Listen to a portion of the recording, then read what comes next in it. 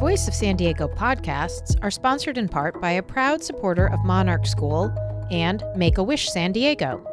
As a nonprofit news organization, we depend on our members, foundations, and sponsors to provide funding to support the investigative journalism you expect from us. We are very grateful for all of our supporters, and we will recognize them during the show. Make-A-Wish San Diego grants wishes to children with critical illnesses in San Diego and Imperial counties. Visit sandiego.wish.org to find out how you can help make wishes come true.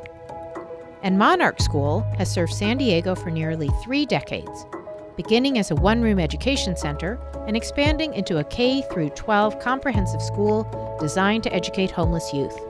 To find out more or to get involved, visit monarchschools.org. If you like Voice of San Diego's work and want to become a sponsor too, contact us at development@voiceofsandiego.org.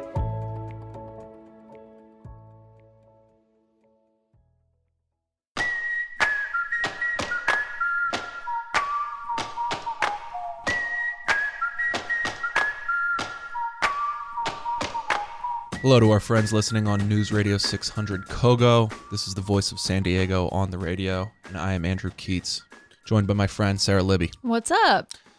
We got an empty chair next to us here. Yeah. I have to say, though, despite his lack of physical presence in my life, Scott actually hasn't gone away. Do you feel the same way? Not only is there not a physical presence, but he also made a big show of announcing his momentary departure from Twitter. Yeah, his digital absence. And yet, he made up for that by significantly ramping up his presence on Instagram suddenly. And on Instagram, he has continued to talk about how he has been off of Twitter. So I would say that there has been a 1-to-1 correlation between his decrease in tweeting and his increase in Instagramming. Yes. There's been no functional change in his digital presence. Correct. And as you say, all of his Instagram accounts have been something to the order of just enjoying my life without Twitter, which I'm taking a break from. Here's my children. Learning how to use Instagram stories on account of my break from Twitter. Anyway, so I guess Scott. He'll be back next week, and we'll finally get him back in our digital life as well. But what else do you got going on this week, Sarah? What do we got? Recovering from 4th of July, not because I drank alcohol, but because I snacked really hard. I enjoy any holiday where there's like a really strong snack association, food association. Sure. Thanksgiving, 4th of July. I ate a lot of meat yesterday. I'm happy for you. I ate so much chips and dip. So much chips and dip, yeah. That was your move. My son's really into guacamole right now. Oh, that's amazing. Which is great, 'cause so am I. It's the best food, so. Yeah, it's great. So one for him, one for me. It works well. There you go. All right, so not many people are at work this week. Correct. We're the only 2, and Kinsey, who's helping us record this, I think we're the only 3 people who are working. And not just here. The streets of downtown San Diego are dead empty. Yes. It's funny coming into work in the morning. Most of my emails to City Hall are greeted promptly with an automatic reply. Immediate bounce back, yeah. It's great. So that also means there hasn't been a great deal of news this week. So we thought we would do something slightly different, which is we wanted to talk about some of the stuff that we're looking forward to in the coming weeks and months. Instead of looking back, we're going to look forward. That's exactly what we're going to do. It's like a greeting card. So, all right, why don't you kick it off? What do you got? What's on the docket, the Sarah Libby docket? Yeah, so one thing that I am keeping an eye on, as always, are the bills that are moving through the legislature. Mm-hmm. So a lot of them we've kind of it's been winnowed down over the last few months. It starts out with this big list of bills, and a lot of them get killed along the way. Mm-hmm. R.I.P. So isn't there a name for those? What are they? Some of them die in the suspense file, which sounds really exciting, and alas, is not very exciting. Okay. So there are 2 from local lawmakers that I'm keeping an eye on and think will get really spicy in the next 2 months or so. So The legislature has until August 31st to pass all of the bills left on its plate. And then the governor has about a month to sign or veto any of those bills. So the first one that I'm keeping an eye on is from Assemblywoman Lorena Gonzalez. Mm-hmm. And this is the one that would end forced arbitration clauses for employment contracts. So anytime you enter into a new job, a lot of those positions, you're signing a million forms on your first day. And often one of those is a form saying you actually won't be able to sue your employer should something come up, something like sexual harassment, for example. But you'll be forced into this private system that is separate from the justice system. And this has gotten a lot of attention over the last year because of the Me Too movement. So a lot of people who experienced harassment weren't able to talk about it publicly because they were forced into the system. Maybe they signed settlements that had non-disclosure agreements, and it's really helped to kind of build this culture of secrecy around the issue. Yeah, and I think the fact that the proceedings are private is interesting, not only because it leads victims to be unable to just, to talk with reporters. They're under a gag order of sort. It also means that none of that information is publicly available. Right. You can't get court transcripts. You can't get, the kinds of documents, copies of depositions and things like that are just public documents that you we often can get. Encounter in covering court cases. We often encounter plaintiffs who are unable to speak to us or unwilling to speak to us, but there is nonetheless a paper trail through the court process that we can get some information from. Yeah. That's not the case in arbitration. Exactly. Okay, so that's interesting. One question I have for you on that is, so in her first couple years in the assembly, Lorena Gonzalez received a well-earned reputation of being a pretty prolific lawmaker. Yes. She was passing a lot of legislation, and it was legislation that was getting a lot of attention. Yeah, like high impact, a lot of like pioneering things that were happening for the first time here in California that are now being emulated in other states. So a lot of things that like make national headlines because they're unusual. Yeah. So yeah, she got written up in The Atlantic and the New York Times and a couple different things. I remember right? that Atlantic piece. Who wrote that? That was me. I did that. So is that still the case? Would you say that she's carried on that reputation? Absolutely. And this bill in particular is a big reason why. So Gretchen Carlson actually came to Sacramento to lobby on behalf of this bill. So this is one that's gotten national attention this go around. I want to say maybe there's been fewer this session from Lorena Gonzalez that have gotten national attention than in years past. But she's still, front and center for a lot of big issues that come through Sacramento. Well, and so like last year, her biggest piece of legislation was AB 805, which, though for very us. Interesting to us, was, and she, I think either on this show or just in an interview I did with her, she said that like the governor's people almost teased her about how like specific and local that piece of legislation was compared to things like, what was the legislation about the nail salons? Yeah, so that would give, certain rights to really low wage workers. She says a lot of her most high impact legislation has focused on workers. So there was one of the biggest ones she's passed was in 2016, giving farm workers the right to earn overtime. Right. And that's now something that's being replicated on the federal level by Kamala Harris. And then another big one was paid sick leave. Right. So a lot of them have to do with workers. Yeah. And this is another one of them. Okay. What else? So the other big one that I'm keeping an eye on is by Assemblywoman Shirley Weber. And that is the one that would change the standards for when a police officer could be prosecuted for an on-the-job shooting. Yeah. So that, I will be fascinated to watch how that goes as well. For one, there are some pieces of legislation where you can see an amicable compromise taking place in one way or another. This one is I mean, it's just not going to. There's no splitting the baby here with the law enforcement unions or their most ardent supporters around like the idea at the basis of this proposal. Exactly. And I think that that's absolutely true in that she's already made some changes to it as it's gone through the process. And it's gotten no movement whatsoever from, the groups that are opposed to it. And so it will just be a matter of, I think, whether she can really sell fellow Democrats on this and whether any of them are likely to waver on it. And I guess Jerry Brown is always a wild card. He's in his last year of office, so he might maybe be more inclined to. Do you have any indication where the party caucus is breaking down on that? No, but I just have I have to believe that the law enforcement lobby is still so powerful. I mean, they objected to just collecting data on people who got pulled over. Right. And that was insanely controversial. And so that passed, but not easily. Right. And so something that's literally a life and death matter, it's going to be a really heavy lift. It might be surprising to people the extent to which California is on the opposite end of the extreme of some states.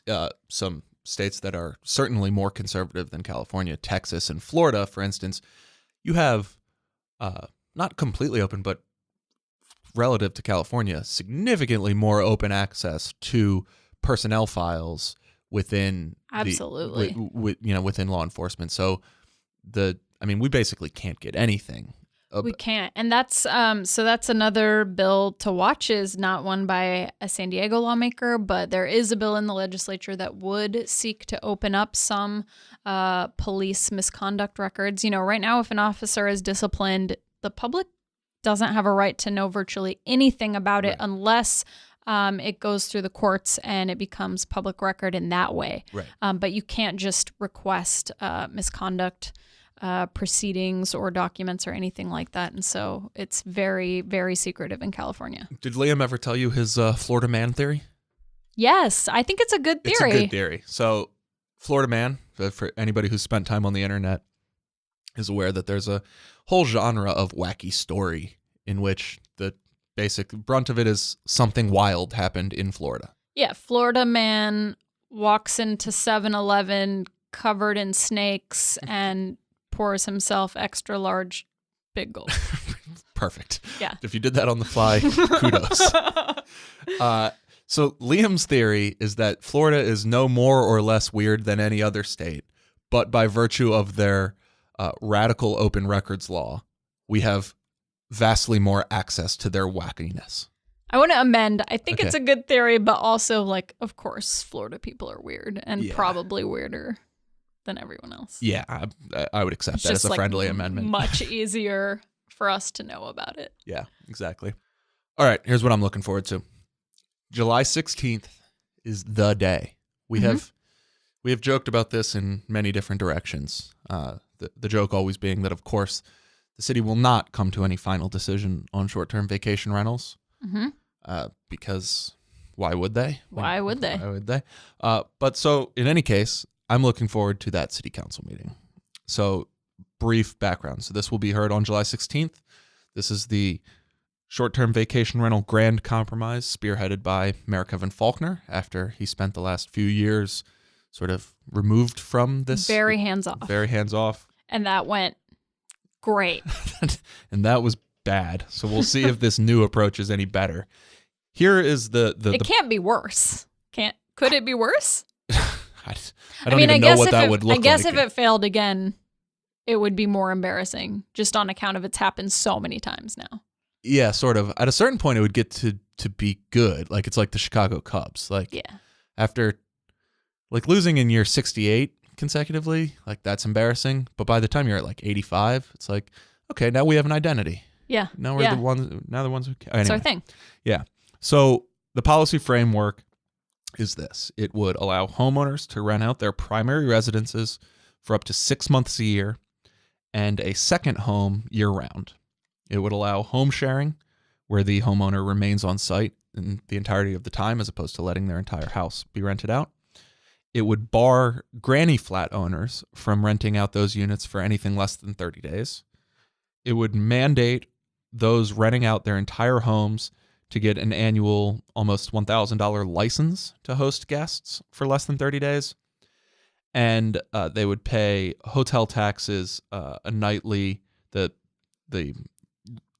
nightly rentals would be assessed a $2.73 per night affordable housing fee. Right. Okay. So that's the structure of this. We'll see what happens with the city council once they get up there. Maybe they do some negotiating on the fly or something along those lines.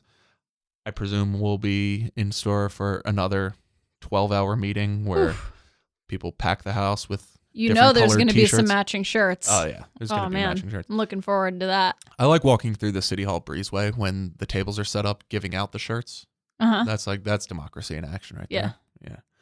I don't know. Is there anything you're like openly looking forward to in that debate? I think the granny flat issue is an interesting one, given that not just San Diego, but kind of cities across the state have been looking to granny flats as a way to solve the housing crisis. And so it's interesting that that's built into the proposal.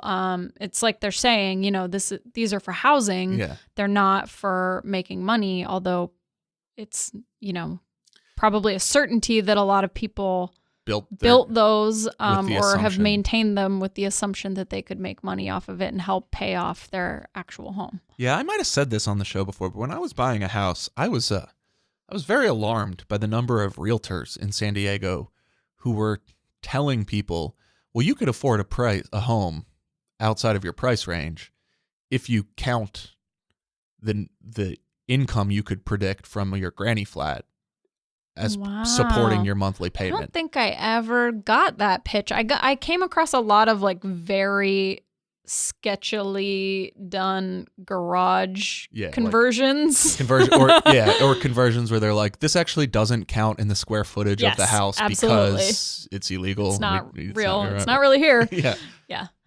So I don't know. When the first time I heard a realtor say that, I was like, are you giving people that advice a lot? Because that's really irresponsible advice. Yeah. No one should assume that they're definitely going to rent out their short-term vacation rental often, or that it's going to be some easy, like, passive income stream. You got to work to do that stuff. Yeah. Okay. So that's what I'm looking forward to. I think I'm interested to see how the votes shake out. I think it's probably a foregone conclusion that Zaf and Bree, representing the coastal districts, aren't going to be on the yes side of this. Yeah. Although Bree was so willing to like horse trade almost last from time around. the dais last time around, that I'd be interested to see whether she is like willing to offer up a yes vote in exchange for like some additional concession, if you can add some other bullet point that she cares about. Yeah. So that's what I'll be watching. And then I guess the other one is whether Councilman Alvarez feels that his last wish was met by this housing study that they've provided, which now allows them to charge this housing fee. Yes, but what it does not do is address anything that anyone doesn't answer any of anyone's questions. It's just the legal mandate. All right, and then we also have some races coming up, right? There are races. There's an whole election's other a whole election. month old, so we get to start over again. Which one are you looking for? So I'm still interested in the 49th District Congressional race now that we know who's actually going to be in it. Yeah. It went from a really big field down to Mike Levin, the Democrat, and Diane Harkey. Yeah. One thing I think will be kind of interesting to watch is that, so Mike Levin has been in this race for a really long time, almost as long as Doug Applegate, who just kept running from 2016. He never stopped. So for a long time, Mike Levin's whole pitch was kind of just anti-Darrell Issa. Look at the latest outrageous thing Darrell Issa has done. I'm not going to do that. Or, Darrell Issa's not meeting with constituents, and that's bad. And obviously that changed a little bit when he found out he wasn't running against Darrell Issa anymore. But it's still just very... here's what I'm not going to be like. Yeah. And so I'm interested in seeing him start to formulate real policy positions and start to kind of articulate what he is for and what he does want to do. And obviously, I think immigration will continue to be a really big issue in that race. I noticed that he's started pointing out some of Diane Harkey's past positions from when she was, a city council member and in the state legislature. I think she pitched the idea of like a state border patrol force, which is really interesting. I wonder if that's something that she would still support. Yeah, it'll be interesting to see what Harkey's campaign looks like too. She's been very under the radar. Very under the radar. Even though it was like a relatively crowded Republican field, it was by no means certain that she'd get through. I never got the feeling that I was hearing too much from her. The one thing I would say, though, is that when Kristen Gaspar started making her regular appearances on Fox News, pushing the immigration issue to the right, I think she did drag Harkey along with her, and Harkey ended up voicing very similar perspectives. Yeah. I think Harkey had the benefit of not having to say too much because she had both party endorsements, so it was to some extent expected that she would get through.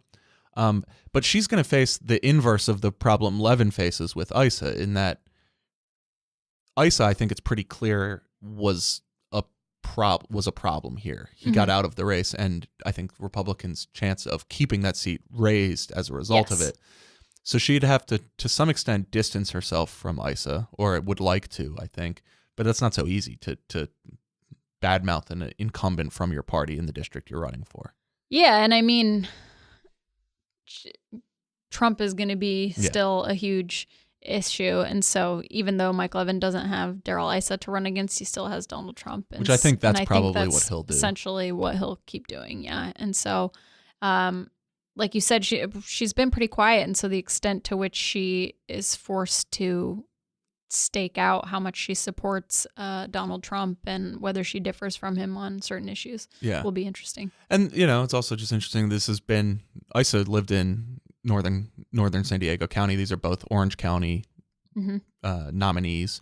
And so they'll be introducing themselves to San Diego voters and San Diego media. So that'll be kind of there won't be any media members who have existing relationships with Harkey or Levin to this extent. So, okay, we've got, very briefly, the last one is D4, the city council race in District 4. Yeah, and we got some news on that this week. Yeah, so first of all, Monica Montgomery is now leading. Yeah. She's a challenger who is leading in the primary there, which shouldn't happen. She's running against a sitting city council president. Yes. That's obviously an issue here. What I'm mostly looking for is how the coalitions that we would expect to be involved in any city council race shape up in this one. Do you see business groups go in either direction? They've worked with Myrtle Cole in the past. They've been burned by Myrtle Cole in the past. Do they get involved, and in which direction would they? And then same question for labor unions. So anyway, that's what I'm looking forward to. We are out of time. Stick around. We've got more coming up on the podcast portion of the show if you're on the radio. And thank you to our friends at News Radio 600 Kogo.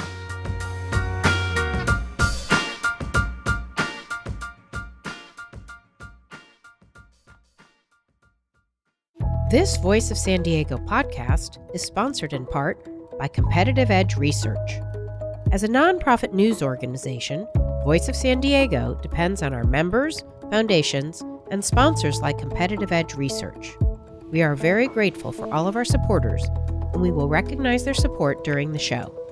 Competitive Edge Research, San Diego's premier public opinion research firm, sponsors this podcast because they like good journalism as much as they like good polling. Since 1987, Competitive Edge has helped clients see the why buried deep within the numbers. Competitive Edge designs comprehensive research studies, collects bulletproof data, and employs robust analytics so you'll understand why things are the way they are. Competitive Edge. Know what to do. And if you like Voice of San Diego's work and want to become a sponsor, contact us at development@voiceofsandiego.org.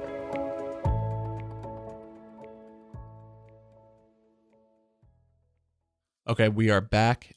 So in a minute, we will get to an interview I did with San Marcos Mayor Jim Desmond. Desmond's running for county supervisor right now. He also is on the SANDAG board and has been pretty outspoken participant in some of the heated conversations that have been going on at SANDAG in the last couple months. So we talked about all of that. Anybody who is into those sorts of issues, I think will enjoy the interview. But first, we wanted to go through our hero of the week.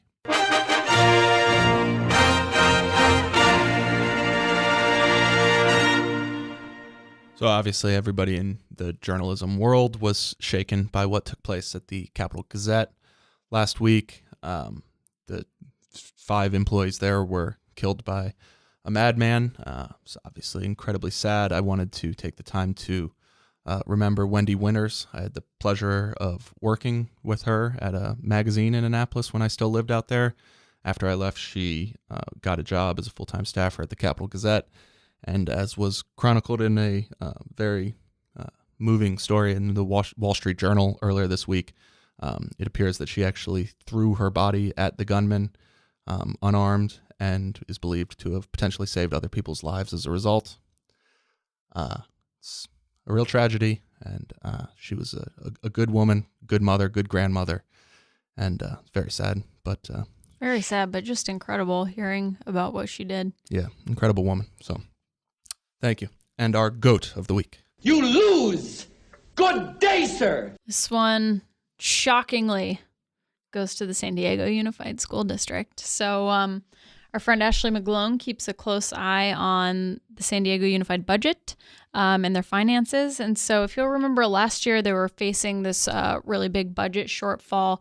And one of the ways they dealt with that was to offer early retirement incentives.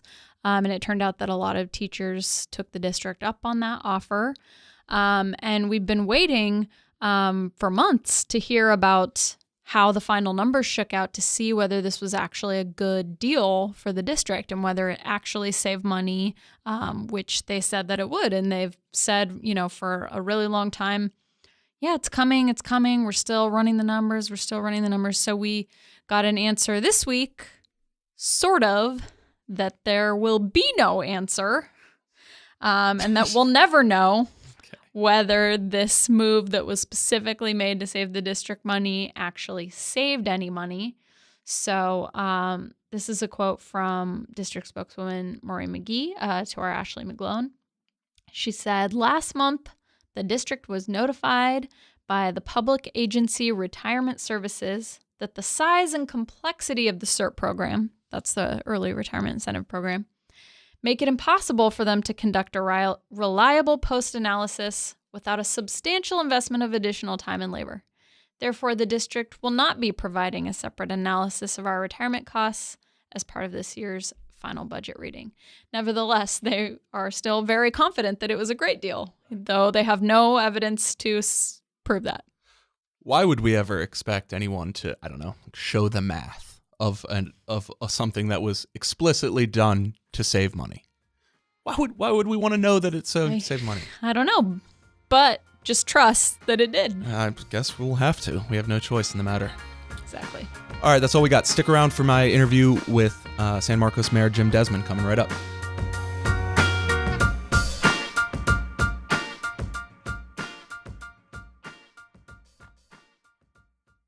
And now I'm joined in the Voice of San Diego podcast studio with San Marcos Mayor, candidate for County Board of Supervisors and SANDAG board member, Jim Desmond. How you doing, Jim? Hey, doing good, Andrew. Thanks. Thanks for coming in, man. So one thing I pick up at SANDAG often is that you speak in metaphors from your previous career as a pilot. You often mention that life.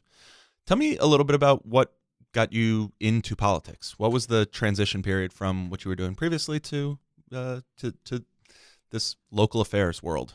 What got me interested in politics really was just more of a process rather than I didn't have like a one single item angst that I wanted to go in and fix or anything like that.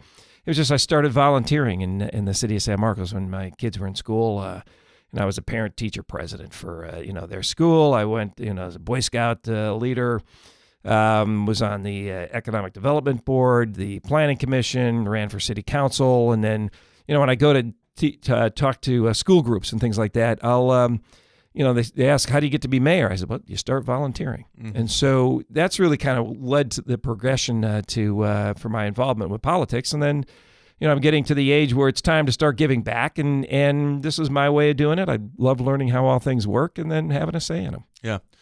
So you've found your way into an interesting running dialogue over the last 6 weeks or so on housing at SANDAG. Okay. And a couple different votes that happened there. Before we get into that a little bit more, one part that's interesting about that is that San Marcos has an interesting story to tell about housing, in that compared to other cities, it's actually been pretty active in terms of green lighting construction and particularly affordable housing. What do you make of the housing conversation in North County and then in San Marcos specifically? Well, I mean, North County, we're still a growing region, and so we've got opportunities. In San Marcos, you mentioned the affordable housing. 10% of our housing stock is affordable housing. Yeah. But if you drove around the town, you couldn't find, you couldn't say, well, that's affordable housing, this is not. Because we hold our developers to a high standard, and we say, okay, well, we want affordable housing, but it's got to blend in with the community, and we want people having a sense of pride that are living there. And so it's so that they've got pride in the neighborhood and the city as well. So, the housing stock, I think we've got room to grow, and there's a little, just like any other region, there's some tension with growth. Success has its challenges. As far as North County, I work together very well with the other mayors across the 78 corridor. We meet at least once, if not twice a month, to discuss economic, issues and SANDAG issues and things like that. And then, how did Oceanside deal with the puppy mill or marijuana or any of these other issues that come forward? It's we kind of learn from each other and then hopefully make the best of the region. Yeah. All right. So I do want to talk about this regional housing needs assessment thing. Okay. And give a little bit of background and hopefully won't get too wonky so we don't lose all our listeners. But so the regional housing needs assessment had historically been sort of an academic exercise, but has recently become more consequential because the state has passed a few different laws that dictate certain types of actions that cities must take when they're below their regional housing needs assessment, which is essentially all of us. Yeah, which is, besides Lemon Grove, all of us, right? Yes. This is a projection in the biggest picture way of how much housing we're going to need over the long term. There's some wiggle room in how that number is figured out. And then once it's set, then you've got an 8-year period where you're supposed to aim for that amount of housing, right? True. Okay. And so when that came up to SANDAG, there was some discussion about whether as a region, we should ask the state to change some of the inputs that they were using that would result in a lower number. Mm-hmm. And you had voted to do that, to make that request. And then a couple weeks later, the item was brought back to SANDAG to change that decision to stand by whatever the initial number handed to SANDAG was. And you didn't like that. You didn't like that it was put on the docket. And you didn't like the decision itself. Tell me a little bit about what it was that bothered you about that vote. You mean when you took my picture as I was leaving the room? It was... So yeah, as background, you actually left as the vote was taking place. Yeah, that was very frustrating for me. I like to get things done, and the number of the regional housing that was being, I guess, put on us by the state was different than the number that our own regional experts had come up with. And it was a very, in my mind, a almost unachievable goal. I mean, our previous lower goals, we've never, except for Lemon Grove, yeah. I guess the other 17 of us just, weren't able to, to build as many homes as required by the future RHNA numbers. Mm-hmm. Now, really what all they want us to do is plan for those numbers. Right. Anyway, so I guess what was frustrating for me was, the board took a vote and we voted on, we want to go back and it doesn't hurt to ask. I'm not afraid to ask questions or to even ask for something. So it didn't hurt to ask, to say, look, here's our formulation, here's our numbers, here's your numbers. Is there a meeting in the middle?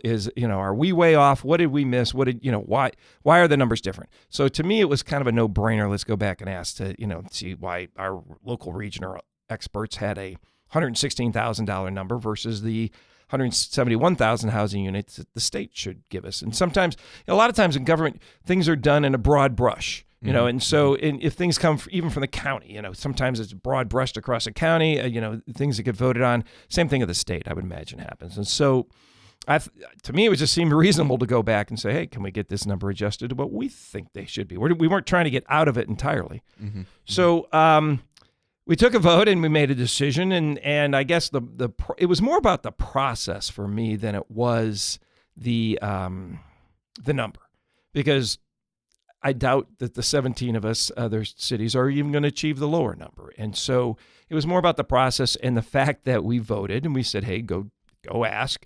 And apparently the losing side came back and asked the chair if they could amend what was voted on. And that's okay. And there's a process to follow to do that. And that would have been to rescind the previous board's instructions and change that. But no, they just wanted to come back and amend it. And to me, I'm a rule follower. I like to get things done. And to me, this was it was too wishy-washy of a way that, to me, we still have a instruction out to the staff to go back and reduce that number. We never rescinded that. Mm-hmm. All we did was we took another vote, was a different vote to accept the number. So it was more of a process issue that I wanted absolutely nothing to do with. Yeah. So this is all happening in the context of this newly passed state law that changed, or that allowed for a new voting structure at SANDAG, the option for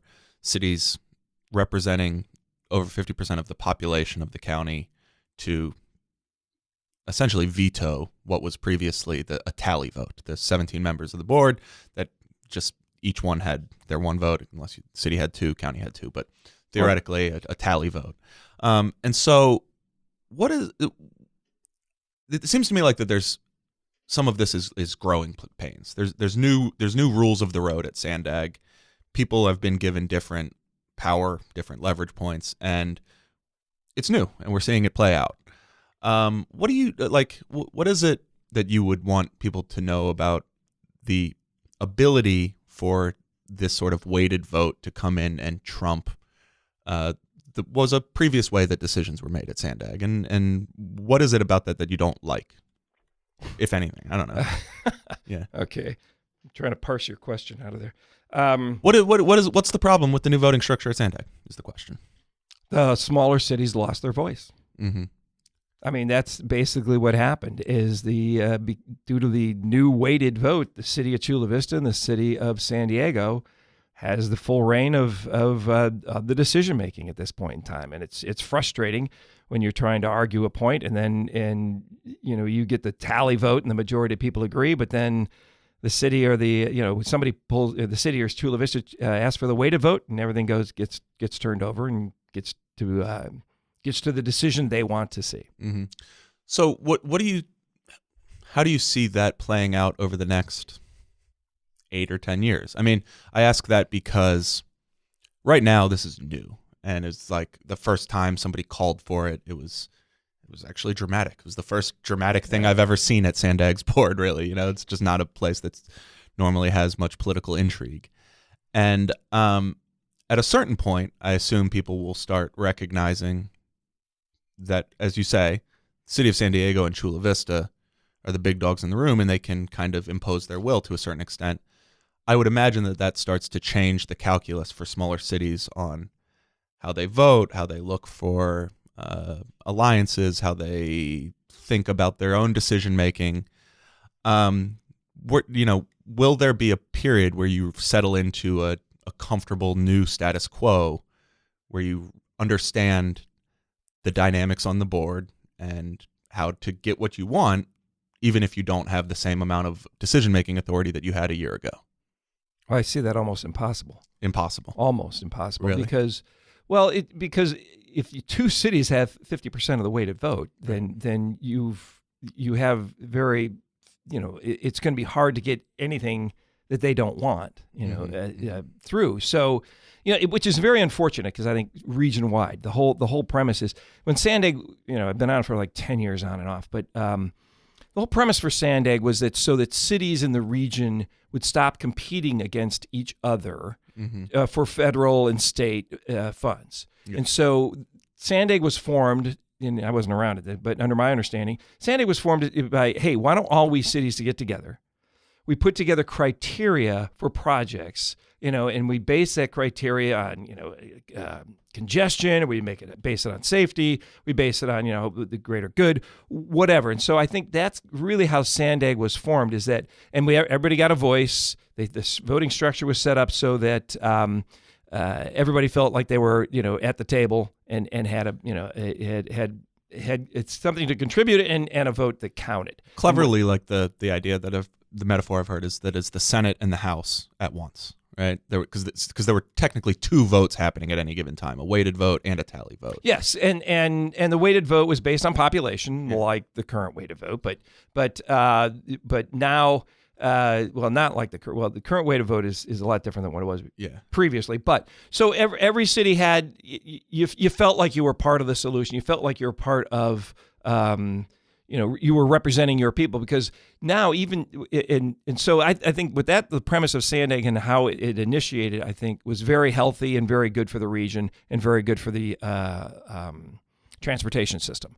Whereas now I think it's much more divisive. It's much more divisive in that if we see all the funding go into the two largest cities, and even though citizens in my city, in San Marcos, and even if I get the supervisor's job, in the supervisorial district, we're all paying that same half-cent sales tax. Right. And yet we're seeing most of that money go to San Diego and Chula Vista. So, in which, I'm not... Well, that hasn't happened yet, right? That they haven't changed the funding distribution in the last year. I guess there's different ways of looking at the funding distribution between highways, transit, and roads. That's one thing, but where if all the transit is geographically where it's spent is another. Mm-hmm. So, and I'm not against or begrudging any where the most of the population is, that they should get maybe more of the love, but then you got to give the same amount of respect and a reasonable amount of dollars then to the other regions as well. And unfortunately, highways seems to be from a lot of the speakers that we have at SANDAG, there's a census of we're trying to push everybody into transit and not give any money to highways.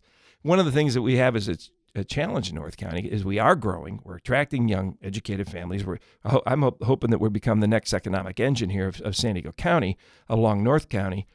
Is getting money for the roads and the infrastructure. The Highway 78 already, is a parking lot in the afternoons, and we're the worst afternoon commute in the county. And we, have yet to been able to, maybe in 2035, we'll get another lane put on there. So it's.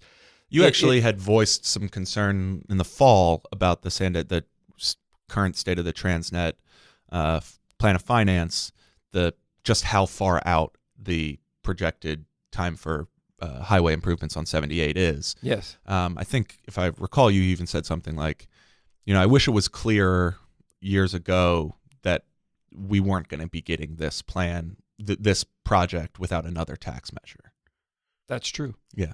I think that's come much more to the forefront now of everybody on the board's mind as to the long-term planning. Yeah. That tax measures, and I think we're taking that under consideration now with the new regional transportation plan to look at and see if the scenarios that we want to choose based on how much money is expected to come in over the next years, and some of those include future tax increases and some do not.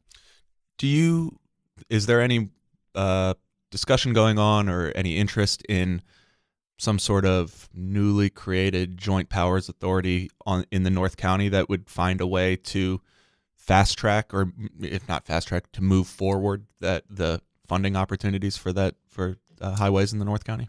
That was talked about before AB 805, but right now, it's still an idea out there, but I haven't been part of any coalition that trying to do that. But what did come out of AB 805 was two taxing entities of North County Transit District and MTS, and those two. So I'm not sure where even geographically those voting areas are because they overlap, and I'm not, that's to me isn't very, it's not very clear as what those districts are. But I mean that's a tool in the toolbox to maybe regionally look at. Okay, how do we provide for ourselves dollars for the roadworks we need? But in the meantime, we're still paying into the Transnet tax until 2048. So if, let's say, MTS was able to pass a tax to tax themselves maybe for operations of MTS, how does that fit into the formulas then of the regional plans? None of that has really been played out yet. So I think there's still time to see how that is really going to take place and how that's going to fit into the regional transportation plan of other entities being able to propose different means for income for their infrastructure. Yeah. So I want to shift back to housing a little bit. I think I'm paraphrasing some of the other speakers who supported the higher target, but my takeaway from them, Ron Roberts specifically, was something to the effect of, we probably won't hit either of these numbers, save some major changes at the state level, some major changes at each jurisdictional level. But let's set the goal high. Let's send a signal that we are taking this problem seriously and we recognize that there's a crisis. And so even if neither number is realistic, I want to set the bar as high as possible.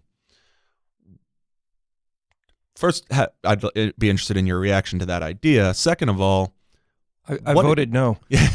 So, but tell me specifically what, like, if both numbers are to some extent imaginary and we're probably going to end up under the auspices of whatever these new state laws that put some streamlined review criteria in place if you don't reach them. If both of them are imaginary anyway, what's the great harm of the higher one?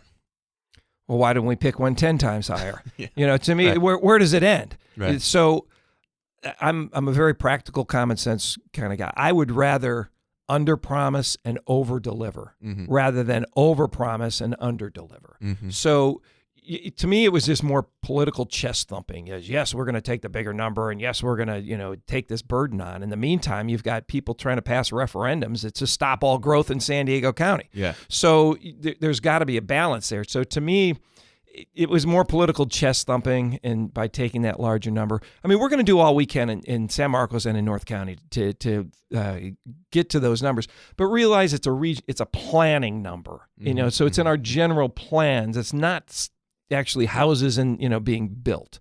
So in our planning numbers, and it's a challenge because even we try to put in 178 units in right across the street from the university at Cal State San Marcos, and we had the neighborhood from the other side of the hill collecting petitions trying to stop it. Was that a cap and trade project too? I know you guys. No, that wasn't a cap and trade project. No, but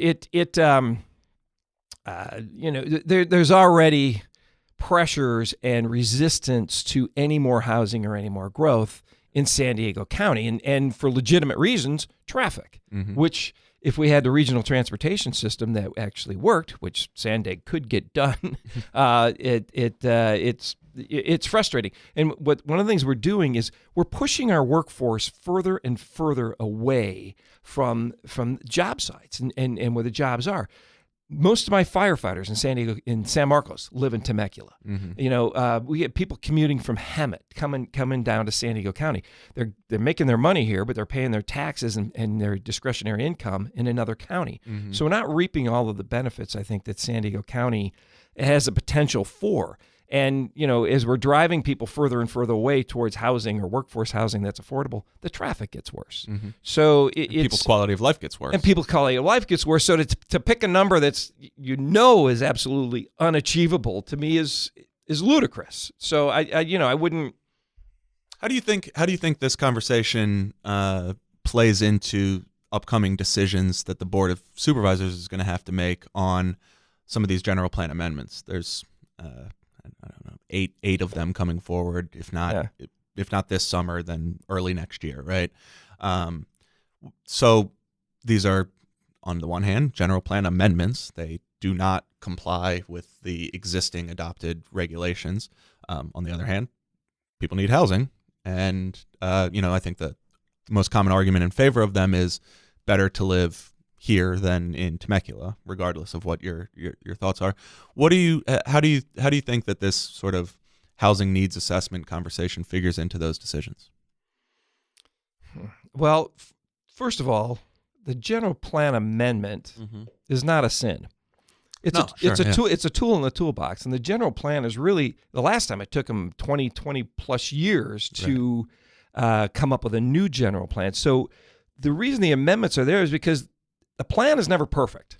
So so an amendment is a tool in the toolbox to try to keep up with the times and with the issues of the time. So sometimes it's used as a dirty word, a general plan amendment, but it's general and a plan. So you've got to have a mechanism to adjust to housing needs. So maybe when it was last done, I don't know, it was 2010 or something, when the county. By the time they finished, it was in 2010. Well, Amazon and the internet and Uber and Lyft and autonomous car, that wasn't even in the discussion. But now those items are. So and housing, I think the newer housing is more energy efficient, and uses less resources. And if you cluster housing in an area that where maybe the density isn't allowed in the general plan, but if you cluster housing, put it together, then you have less impact then on the environment and less impact on resources. If during that clustering, you increase the general plan for that particular zone or that particular site. So I don't look at it as a bad thing. I look at it as a tool in the toolbox to adjust to the times and to adjust to the needs. Yeah. So the other SANDAG issue that you've been a vocal speaker on is this question of what to do with the bus layover facility that they're trying to build, that they've been discussing a need for years now, that somewhere along the line became combined with this headquarters concept. The notion being, well, if you're once you're going to buy land for a bus layover facility, it's more economic, efficient to put a tower on top of it, and we could obviate our needs to lease space in somebody else's building and instead become our own landlord. Your most primary objection to this has been that it looks like it's going to require eminent domain. Where does that conversation stand right now to you? Because it went to the board for a vote that allowed them to continue pursuing the eminent domain, but it was not actually the legal requirement that would justify a taking. Well, I think it was my motion or Mayor Bailey's motion or something to the effect of, okay, we'll go ahead and have SANDAG buy the property so MTS could use it as from the willing sellers who were only willing under the threat of eminent domain. Right. So that's how they became willing. And then the weighted vote came in and took in play and said, no, we are going to pursue eminent domain on the other pieces of property. I am adamantly against taking someone's property and taking away their economic opportunities on that property and giving it to somebody else. Now, you mentioned, well, if it was just SANDAG's headquarters on top of it. To me, it looks like we're building our own Taj Mahal. And really, the money that we're supposed to be a transportation agency, putting roads and infrastructure and transit and highways, putting that whole system together. For us to be building a new building, to me, I would rather lease, because as money comes and money goes, SANDAG could shrink it or expand.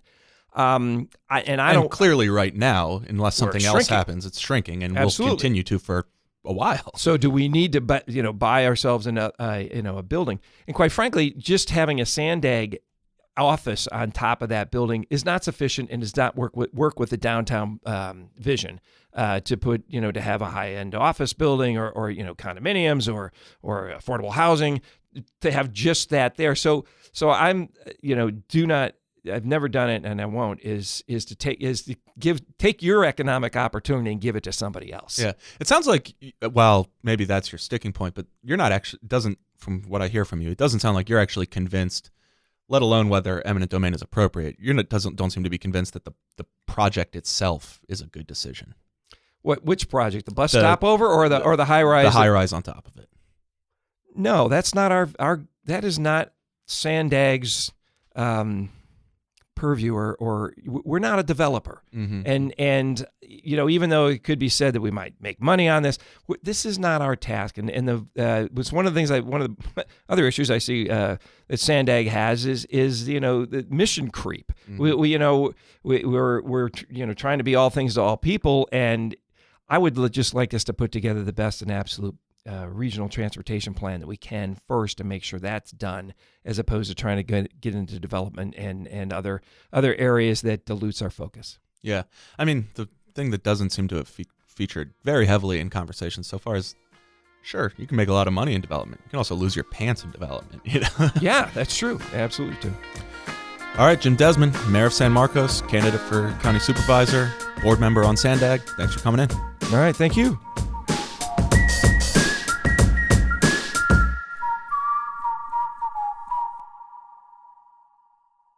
Thanks for listening to the Voice of San Diego podcast.